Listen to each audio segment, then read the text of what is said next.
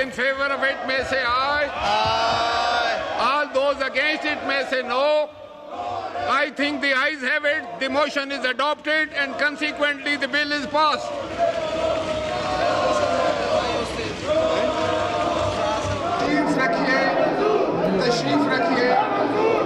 तशरीफ रखिए जनाब। सदर के इनकार पर पार्लियामेंट का जवाब। अदालती इस्लाहात का बिल मुश्तरका इजलास से मंजूर। तहरीक इंसाफ का भरपूर एहतजाज। जजेस कमेटी के पहले इजलास में कवायद ज़वाबित तय किए जाएंगे। कवायद बनने तक कोई भी रुकन जजेस कमेटी का इजलास बुला सकेगा। अपोजिशन अरकान की तरामीम मुस्तरद। पीटीआई अरकान के स्पीकर डाइस को घेरे में लेकर नारे। पीटीआई के इलेक्शन कराओ मुल्क बचाओ के नारे।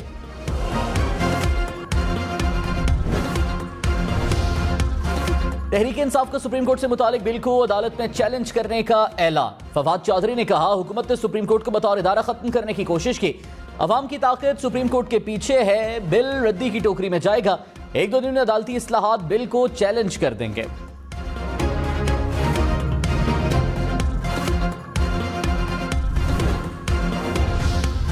वज़ीर-ए-आज़म शहबाज शरीफ ने कहा, अंदाजा नहीं था हालात इतने मुश्किल हैं। एक साल पहले अपोजिशन ने मुल्क मुश्किल से निकालने की कोशिश की और आइन का सहारा लिया। एक साहब ने मुबारकबाद दी। इत्तेहादी हुकूमत एक बार नहीं चल सकती थी, लेकिन आपने कमाल कर दिया। जब तय कर लें मिलकर चलना है तो बड़े मसाइल हल हो जाते हैं। मुश्किल चैलेंजेस हैं, इसमें कोई शक नहीं। इत्तेहादी हुकूमत मुल्क की तरक्की के लिए दिन रात लगी हुई है। तमाम जमातों ने अपने मंशूर के मुताबिक इलेक्शन में जाना है।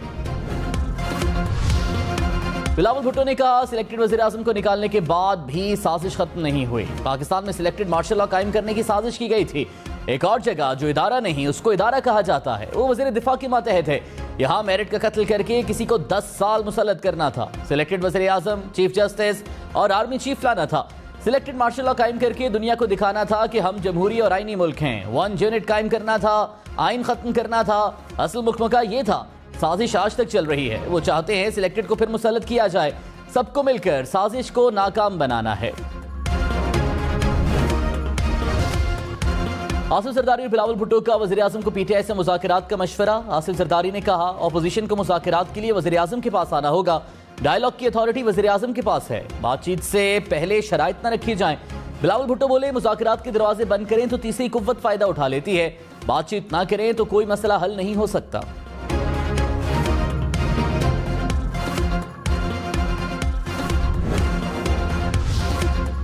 तहरीक इंसाफ के डायलॉग के लिए एजेंडा जारी करने का मुतालबा। शाह महमूद कुरैशी ने कहा, आसिफ जरदारी के हलीफ मुज़ाकरात पर मुत्तफिक नहीं।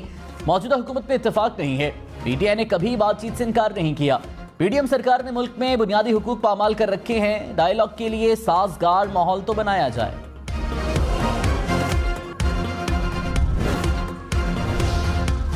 आम इंतखाबात की तारीख का ऐलान इलेक्शन कमीशन करेगा। चीफ इलेक्शन कमीशन ने खत में स्पीकर कौमी असम्बली को इलेक्शन एक्ट में तरमीम तजवीज़ कर दी। मुजव्वज़ा तरमीम में इलेक्शन कमीशन नया इलेक्शन प्रोग्राम और नई तारीख भी दे सकेगा। मुल्क में एक ही रोज इंतखाबात कराए जाएं। पार्लियामेंट के मुश्तरका इजलास और सेनेट से अलग अलग करारदादें मंजूर। सिंध और बलूचिस्तान असम्बली से भी एक वक्त में इलेक्शन कराने की करारदादें मंजूर। कहा, मुल्क में मौशी इस्तेहकाम के लिए सियासी इस्तेहकाम जरूरी है। पंजाब में इलेक्शन कराने से दीगर छोटे सूबों पर मनफी असरात मुरतब होंगे। कौमी और सूबाई असम्बलियों के इंतखाबात बैक वक्त होने से विफाक मजबूत होगा।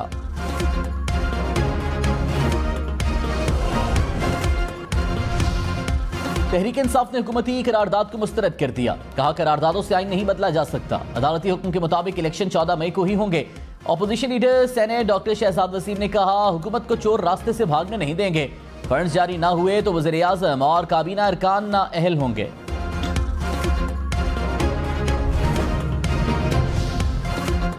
आसिफ जरदारी ने कहा, इनको कुछ नहीं होगा, ना किसी को आइन से खिलवाड़ करने देंगे। जब तक दम है जमहूरियत को चलाएंगे। कुछ लोग कहते हैं पाकिस्तान दिवालिया हुआ। हम पाकिस्तान बनाने वालों में से हैं। हम ही इस मुल्क की हिफाजत करेंगे। अपनी चौथी नस्ल को मजबूत पाकिस्तान देकर जाऊंगा। जहां लोग बुलाएंगे जाएंगे, जो होगा देखा जाएगा। जो दोस्तों को दुश्मन बनाना चाह रहे हैं, ऐसा नहीं होगा।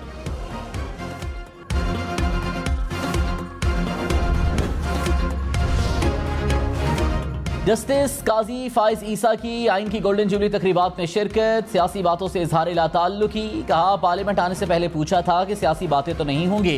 स्पीकर साहब ने यकीन दहानी कराई कि सिर्फ आइन की बातें होंगी। यहाँ बहुत सारी सियासी बातें हुई, मैं इनसे इत्तेफाक नहीं करता। शायद कल इन्हीं लोगों के केसेस आएंगे, फैसला इनके हक में ना हो तो शायद मेरे खिलाफ ही बातें करें। आइन की गोल्डन जुबली पर आया था, मेरा मैदान सियासत नहीं कानून है।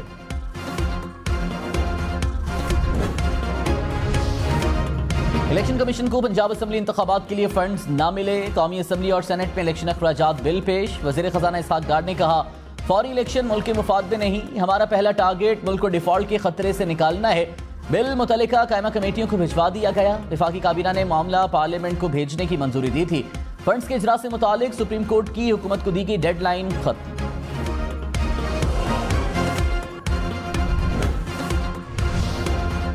फवाद चौधरी ने कहा, अदालती फैसले पर अमल ना हुआ तो वज़ीर आज़म काबीना समेत नाअहल होंगे। हुकूमत आइन को सबोटाज करने पर तुली हुई है।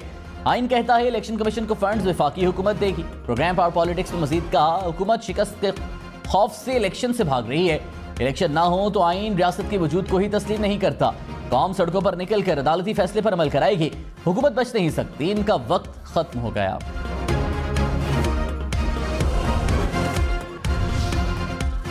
खैबर पख्तूनख्वा के निगरान वज़रा भी एक ही रोज इलेक्शन के हामी। निगरान वज़ीर आला आज़म खान की अदम मौजूदगी में सूबाई काबीना का इजलास।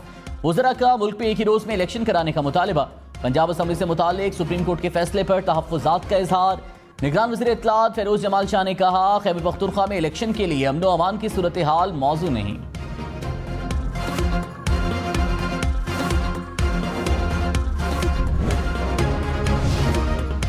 मरीम नवाज के इंटरव्यू का क्लिप फवाद चौधरी ने शेयर कर दिया। कहा, काश मैं इतना अमीर हूं कि मेरे पास BMW हो और मुझे पता भी ना हो कि मेरे पास इतनी महंगी गाड़ी भी है। गाड़ी जोड़ नहीं, ये तो पूरा गैराज ही ले गए। मरीम नवाज ने कहा, मेरे पास मतलूबा मालूमात नहीं थी, हकीकत के खिलाफ कोई बात नहीं कहना चाहती थी।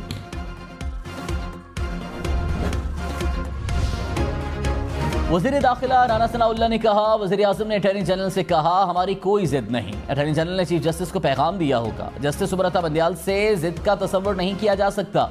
स्पीकर कौमी असेंबली को चीफ जस्टिस से बात करनी चाहिए। कोशिश हो रही है कि फुल कोर्ट इजलास बुलाया जाए। जस्टिस काजी फाइज ईसा ने अलग बेंच बनाया तो बदकिस्मती होगी। अलग बेंच बनाने की वजह चीफ जस्टिस होंगे। जस्टिस काजी फाइज ईसा ने कहा, हम कभी दुश्मनों से इतनी नफरत नहीं करते जितनी एक दूसरे से करते हैं। अदलिया, पार्लियामान और ब्यूरोक्रेसी का मकसद लोगों की खिदमत होना चाहिए। सुप्रीम कोर्ट की तरफ से कहना चाहता हूं कि हम आइन के साथ खड़े हैं। आपका काम ऐसा कानून बनाना है जिससे लोगों को रिलीफ मिले। हमारा काम आइन और कानून के मुताबिक फैसले करना है। दूसरे जज साहिबान शायद मसरूफ थे, इसलिए ना आ सके।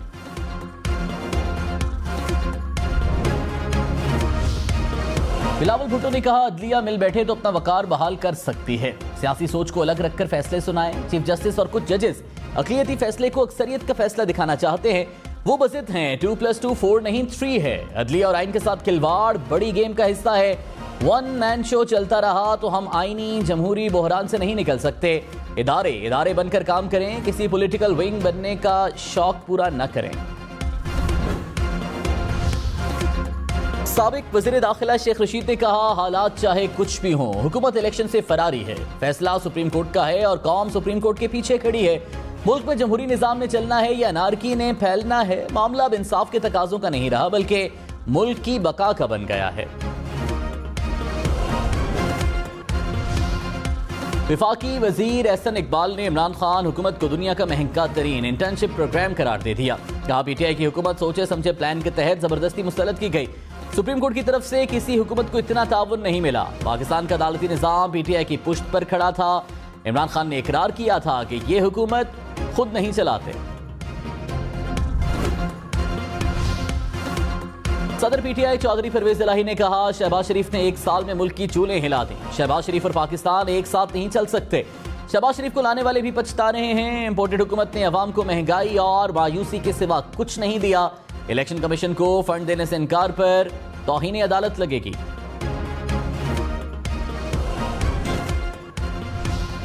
वज़ीर कानून आज़म नज़ीर तारड़ ने कहा, सदर आरिफ अलवी रियासत के सरबराह के तौर पर काम करें। सदर ने जो बिल मुस्तरद करते हुए नामुनासिब सवालात उठाए, सदर तासुब की ऐनक उतार कर बिल को पढ़ लेते। आरिफ अलवी PTI की कारकुन के तौर पर काम न करें। कानून साजी पार्लियामेंट का हक है। सुप्रीम कोर्ट के अंदर से आवाजें उठ रही हैं।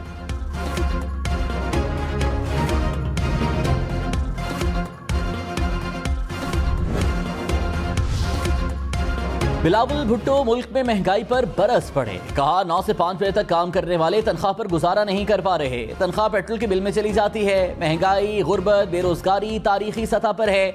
जो बोझ आम आदमी उठा रहा है, तारीख में ऐसा नहीं हुआ। इस इदारे और ऐवान से अवाम की दिलचस्पी उठ चुकी है। अवाम को कोई दिलचस्पी नहीं इस कुर्सी पर कौन बैठा है। मैशत को सही समत में डालना किसी एक सियासतदान के बस की बात नहीं, सबको मिलकर काम करना होगा। वज़ीर खजाना इसहाक डार ने कहा, पीटीआई की पूरी कोशिश है मुल्क दिवालिया हो जाए। पीटीआई क़यादत कोशिश कर रही है मुल्क में इंतशार फैले। ये मुल्क दुश्मनी पर उतर आए हैं। मेरे दौरे अमेरिका की मनसूखी पर भी प्रोपेगेंडा किया गया। ये वतन अजीज की जग हसाई का कोई मौका नहीं छोड़ते। मौशी बहरान की वजह गुज़श्ता हुकूमत है। हमने सियासत के बजाय रियासत को बचाया। आसिफ अली जरदारी ने कहा, मुल्क में डिफॉल्ट की बातें की जाती हैं। जापान और कोरिया डिफॉल्ट हुए। भारत के पास एक जमाने में 1 अरब डॉलर के ज़खायर थे।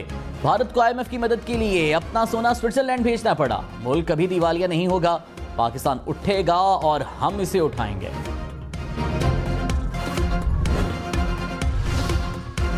एक तोला सोना 2,17,700 रुपए का हो गया। सोने की कीमत मुल्क की तारीख की बुलंद तरीन सतह पर पहुंच गई।